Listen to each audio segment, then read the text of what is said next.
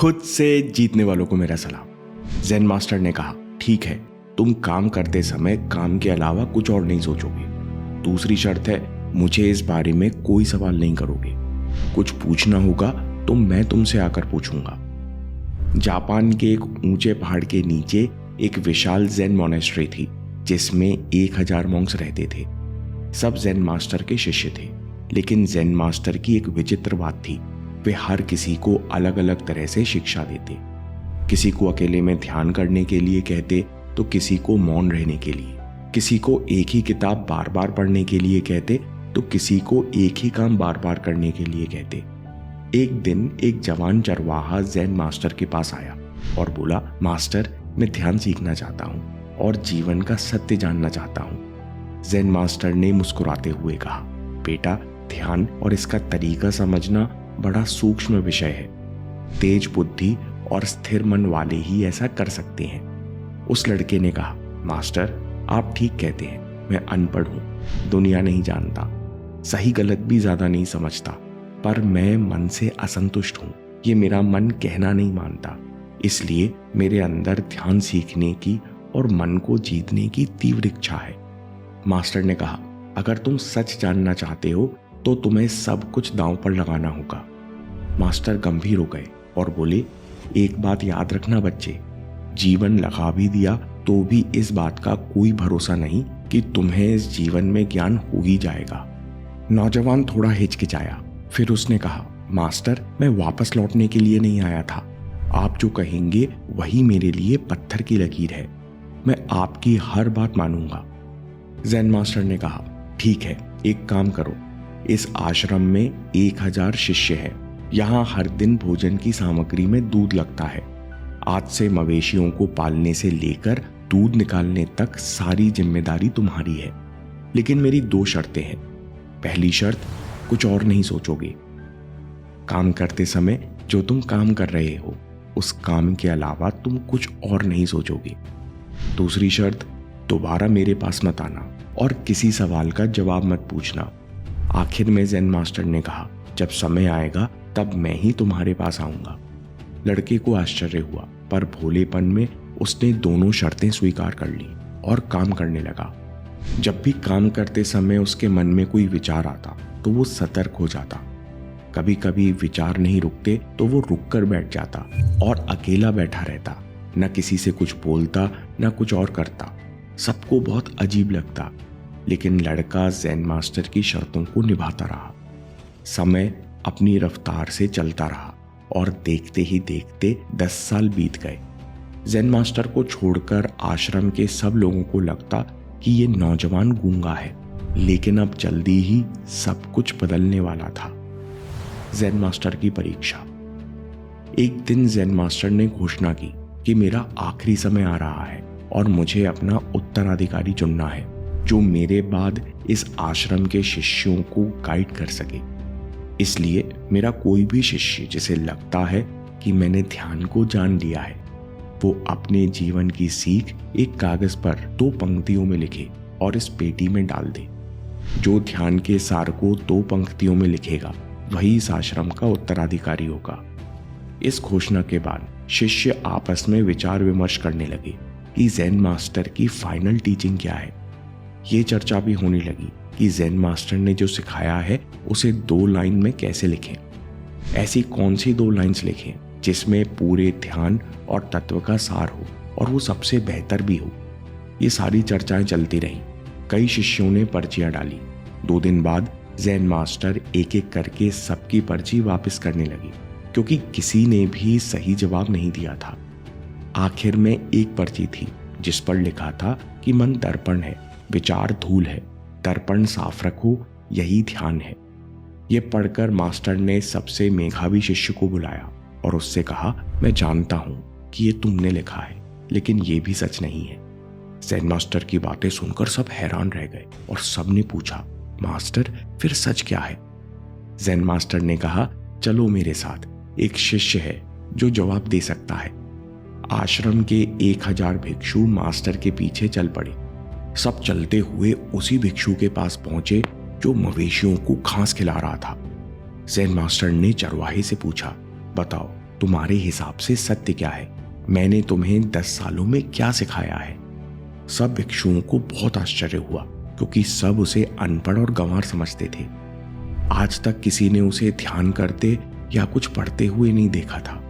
चरवाहे ने बोला, मास्टर, मैं ज्यादा कुछ नहीं समझता, पर जो अनुभव मैंने जाना है वो ये है, न मन का दर्पण है न विचारों की धूल है। जो ये जान गया वो उस रोशनी को पा गया। मास्टर ने पूछा, ये तुमने कैसे जाना? ना तो तुमने कोई विशेष अध्ययन किया, ना ही तुमने कोई विशेष प्रक्रिया की, ना ही तुमने कोई विशेष अभ्यास किया, फिर तुमने इस ज्ञान को कैसे प्राप्त किया? चरवाहे ने कहा, मास्टर, 10 साल पहले आपने मेरे सामने शर्त रखी थी कि जब काम करना तो उसको छोड़कर कुछ और मत सोचना। शुरू में मैंने प्रयास किया तो मुझसे काम नहीं होता था, क्योंकि ना चाहते हुए भी बहुत से विचार आते थे। मन में कई प्रकार के सवाल उठते थे। कई बार वेग इतना बढ़ जाता था, मैं विचारों को इग्नोर नहीं कर पाता, तो मैं रुक कर बैठ जाता और विचारों के जाने का इंतजार करता। लेकिन इंतजार करने से मन शांत नहीं होता, तो फिर मैं विचारों के बारे में ही सोचने लगा। विचार क्या हैं, कहाँ से आते हैं? मैंने इन्हें ही देखना शुरू कर दिया कि ये विचार क्यों आते हैं और आकर कहाँ चले जाते हैं।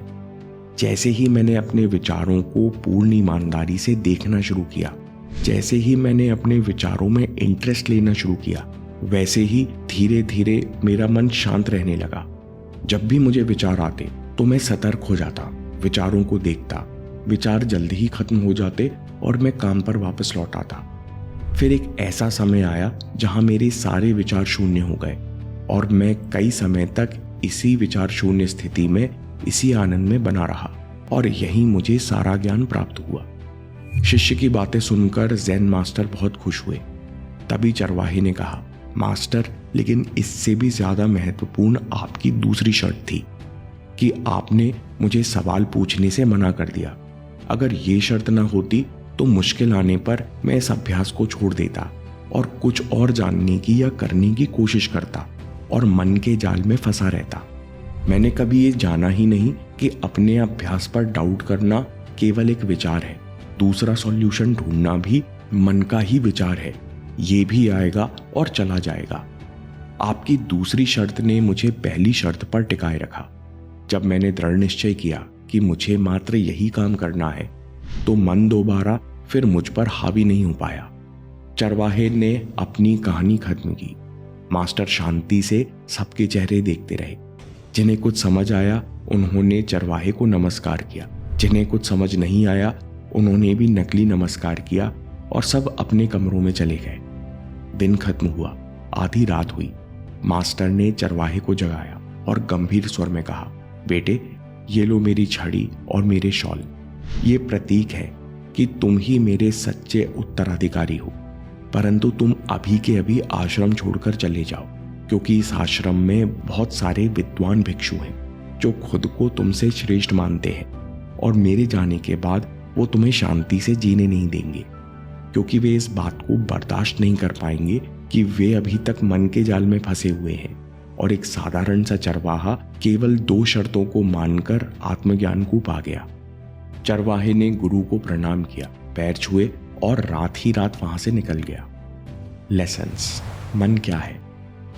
जैसे प्रकाश की अनुपस्थिति को अंधेरा कहते हैं, यानी अंधेरे का अपना कोई अस्तित्व नहीं है, वैसे ही मन का अपना कोई अस्तित्व नहीं है। हम ध्यान के ना होने को, प्रेजेंट में ना रहने को मन कहते हैं, यानी प्रेजेंट मोमेंट में ना रहना ही मन है, प्रेजेंट मोमेंट में ना रहना ही विचार है।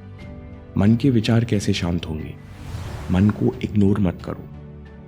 अगर आप विचारों को इग्नोर करोगे, इनके खत्म होने का इंतजार करोगे या इन्हें दबाने की कोशिश करोगे, तो विचार कभी खत्म नहीं होंगे, क्योंकि कोशिश और इंतजार दोनों आपको प्रेजेंट मोमेंट से दूर ले जाते हैं। इसलिए जो कुछ प्रकट हो रहा है, मन, शांति, विचार, उसे देखना ही ध्यान है। जैसे ही आप प्रेजेंट मोमेंट में आते हो, वैसे ही मन का वेग शांत होने लगता है। अगली बात है शक्तिशाली मन। मन की ताकत एकाग्रता में है और केवल ताकतवर मन ही शांत हो सकता है और शांत मन ही प्रेजेंट मोमेंट में रह सकता है। इसलिए नई नई चीजें सीखने के बजाय एकाग्रता से अभ्यास करना सीखो। जिस इंसान के पास कंसंट्रेशन नहीं होता उसका मन डाउट्स और चिंता से विचलित होता रहता है। डाउट्स क्या होते हैं? जितने डाउट्स हमें आते हैं, जितनी शिकायतें होती हैं, वो भी बस विचार ही हैं जो हमें प्रेजेंट मोमेंट से डिस्ट्रैक्ट करते हैं। इसलिए अभ्यास का दृढ़ निश्चय करो। हर हाल में अभ्यास पर टिके रहो, एकाग्रता विकसित करो।